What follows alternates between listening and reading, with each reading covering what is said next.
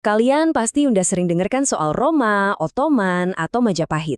Tapi gimana kalau saya bilang ada satu kekaisaran maritim super kuat di abad ke-17 yang ya sering banget kelewat dari buku sejarah kita?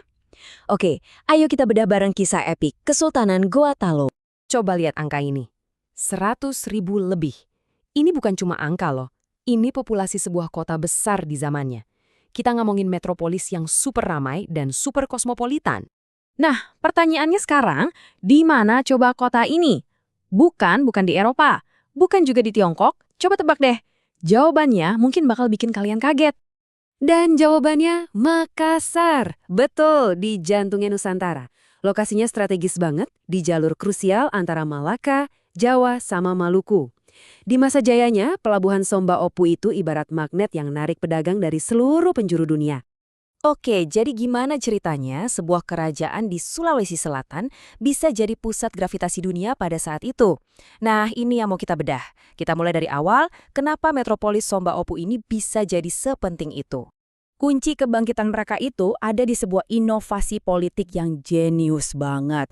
Inilah fondasi yang bikin kerajaan ini stabil dan bisa tumbuh pesat. Nah, kuncinya itu ada di konsep Rua Karaeng Sereata. Artinya, dua raja, satu rakyat. Jadi ceritanya, di tahun 1528, dua kerajaan yang tadinya musuhan, Goa dan Talo, mutusin buat bersatu. Ini langkah politik yang cerdasnya bukan main. Intinya gini, mereka bagi-bagi tugas dengan sangat efisien. Raja Goa itu jadi Sombaya, semacam kepala negara, simbol tertinggi. Nah, Raja Talo jadi Mangkubumi atau Perdana Menterinya yang ngurusin pemerintahan sehari-hari. Sistem kayak gini bikin kerajaan bisa fokus keluar, mikirin perdagangan dan ekspansi. Karena stabil, mereka bisa melakukan transformasi besar-besaran. Dipelopori oleh penguasa Tumaparisi Kalona, mereka geser fokus. Dari yang tadinya kerajaan agraris di pedalaman, jadi kekuatan maritim yang pusatnya di pesisir. Dan langkah ini benar-benar ngubah takdir mereka selamanya. Stabilitas politik tadi jadi landasan buat era keemasan mereka. Mereka berinovasi gila-gilaan, baik di bidang pertahanan maupun ekonomi. Jadi, Goa Talo itu nggak cuma jago dagang, mereka juga membangun perisai super kuat buat melindungi kekayaan mereka. Gimana caranya? Mereka membangun yang namanya cincin benteng. Coba bayangin, ini jaringan pertahanan masif sepanjang 10 km. Ada setidaknya 14 benteng yang saling nyambung. Skalanya wah, belum ada tandingannya di Nusantara waktu itu. Dan benteng ini bukan cuma buat perang ya, tapi juga jadi pusat pemerintahan dan tempat tinggal para bangsawan. Inovasi mereka juga cepet banget. Awalnya cuma tanggul tanah biasa. Terus di-upgrade jadi benteng bata merah yang super kokoh. Kerennya lagi, mereka ngadopsi teknologi bastion Eropa biar tahan sama tembakan meriam. Katanya nih, mereka pakai perekat alami kayak putih telur. Kebayangkan sekuat apa bangunannya? Namanya juga Kekaisaran Maritim, kekuatannya ya jelas ada di armada lautnya. Dan Goa Talo punya jagoannya, Pinisi. Kapal dua tiang yang ikonik ini benar-benar jadi tulang punggung kekaisaran mereka. Ini bukti nyata betapa hebatnya pelaut dan pembuat kapal Bugis Makassar. Nah, kalau udah makmur dan kuat, pasti ada aja yang ngelirik kan? Dan bener aja, kekuatan Goa Talo ini menarik perhatian pihak lain. Disinilah panggung konflik besar dimulai. Sebuah benturan antara dua ideologi dan ambisi yang berbeda. Jadi di satu sisi kita punya Goa Talo, prinsip mereka mare liberum, yang artinya laut bebas. Buat mereka, laut itu milik bersama, siapa aja boleh dagang. Nah di sisi lain datanglah VOC, tujuannya cuma satu, monopoli. Mereka mau menguasai semua perdagangan rempah. Jelas kan, dua pandangan yang sama sekali nggak bisa ketemu. Konflik ini akhirnya berpusat pada dua tokoh kuat. Dari Goa ada Sultan Hasanuddin yang perjuangannya gigih banget. Dan lawannya Arung Palaka dari Bone. VOC pinter dia, mereka manfaatin konflik internal ini.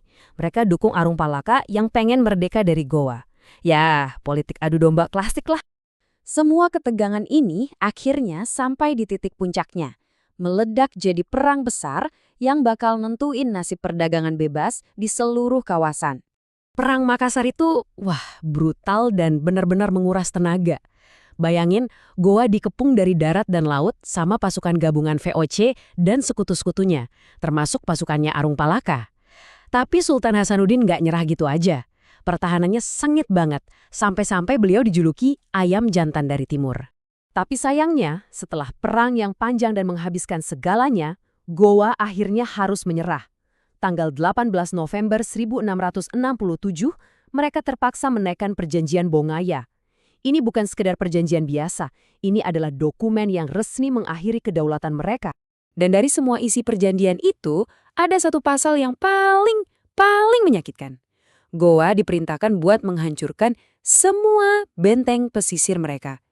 Coba bayangin lagi, mereka harus ngerobohin sendiri perisai yang udah ngelindungin mereka turun-temurun. Oke, kekaisarannya memang runtuh, tapi ceritanya nggak berhenti sampai di situ. Sekarang, yuk kita lihat warisan dan jejak-jejak fisik apa aja yang ditinggalkan oleh Kesultanan Guatalo. Warisan fisiknya ini nunjukin kontras yang tajam banget.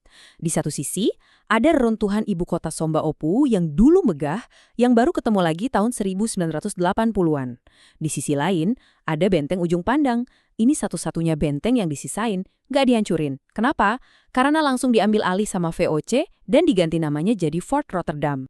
Sekarang, sisa-sisa Sombaopu itu jadi taman budaya, jadi pengingat yang sunyi akan kejayaan masa lalu. Tapi ya gitu, situs-situs bersejarah ini terus punya tantangan, terutama karena terancam sama pembangunan modern di sekitarnya. Jadi apa pelajaran yang bisa kita petik dari semua ini? Kisah Gowatalo itu bukan cuma cerita soal kalah perang ya, ini adalah bukti betapa canggihnya teknologi, diplomasi, dan kemampuan adaptasi sebuah kekuatan maritim Nusantara yang pernah jadi pemain kelas dunia. Pada akhirnya, cerita Gowatalo ini ngajarin kita satu hal penting.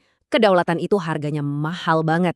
Dan ini juga bikin kita mikir kan, kalau kekaisaran sekeren dan sekuat ini aja bisa hampir terlupakan, kira-kira ada berapa banyak lagi kisah-kisah hebat lainnya yang nggak pernah masuk buku sejarah kita dan cuma nunggu waktu untuk ditemukan?